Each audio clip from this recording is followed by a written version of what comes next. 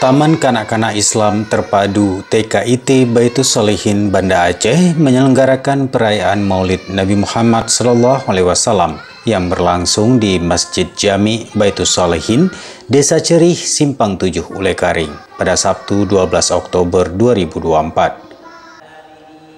Kepala Yayasan Baitus Sholihin, Ustadz Syarifuddin menyampaikan, kegiatan perayaan Maulid Nabi ini bertujuan menumbuhkan kecintaan anak-anak kepada Rasulullah, sehingga sejak usia dini bisa mengenal dan mengamalkan sunnah dan akhlakul karimah dari Nabi Muhammad SAW.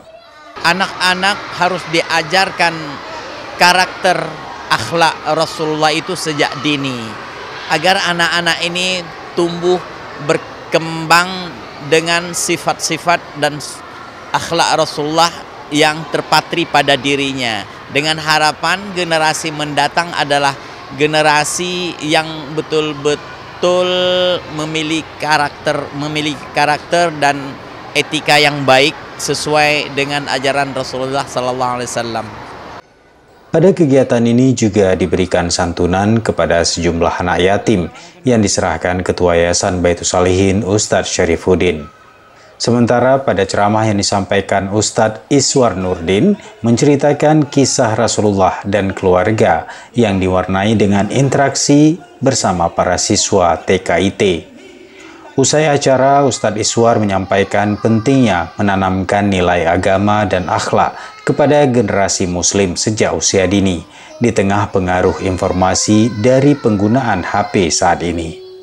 Ini memang harus harapan kita tentunya kepada para remaja, harus ada siraman rohani setiap minggu, barangkali satu kali aja di sekolah-sekolah itu diundanglah para ustaz-ustaz di sekolah untuk membina karakter mereka.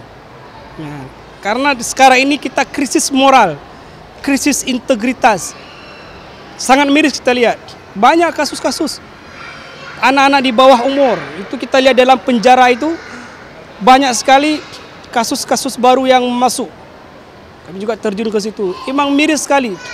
Tantangan berat sekali. Memang momen Maulid seperti ini diharapkan kepada lembaga pendidikan atau di masjid dimanapun, diwajibkan ada dalam acara Maulidur Rasul disampaikan oleh para tunku atau ustaz, terutama membina karakter muda yang sangat di bawah standar sekali moral-moral mereka.